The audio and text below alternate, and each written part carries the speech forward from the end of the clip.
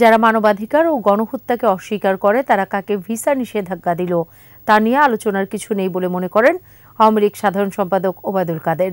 Walton fridge কিনে অনেকের মতো আপনিও হয়ে যেতে পারেন মিলেনিয়াল, সেরা পণ্যের সেরা অফার। আওয়ামী লীগের কেন্দ্রীয় কার্যালয়ে দলের সাংস্কৃতিক বিষয়ক উপকমিটির আলোচনা সভায় তিনি বলেন, গাজায় যেভাবে মানুষ হত্যা করা হচ্ছে তা হিটলারের নাশকতাকেও হার মানায়। বিশ্ব সংকটের প্রতিক্রিয়া দেশের অর্থনীতিতেও পড়েছে বলে জানান তিনি।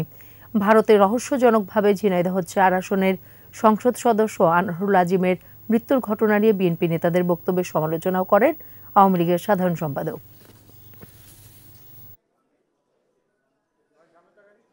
তো যারা গণহত্যাকে অস্বীকার করে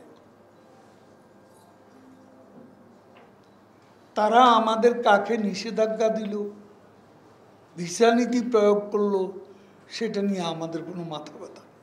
দেশের সশস্ত্র বাহিনী কিন্তু তার এক আলাদা নিয়ম কানুন আছে, তারা চলে।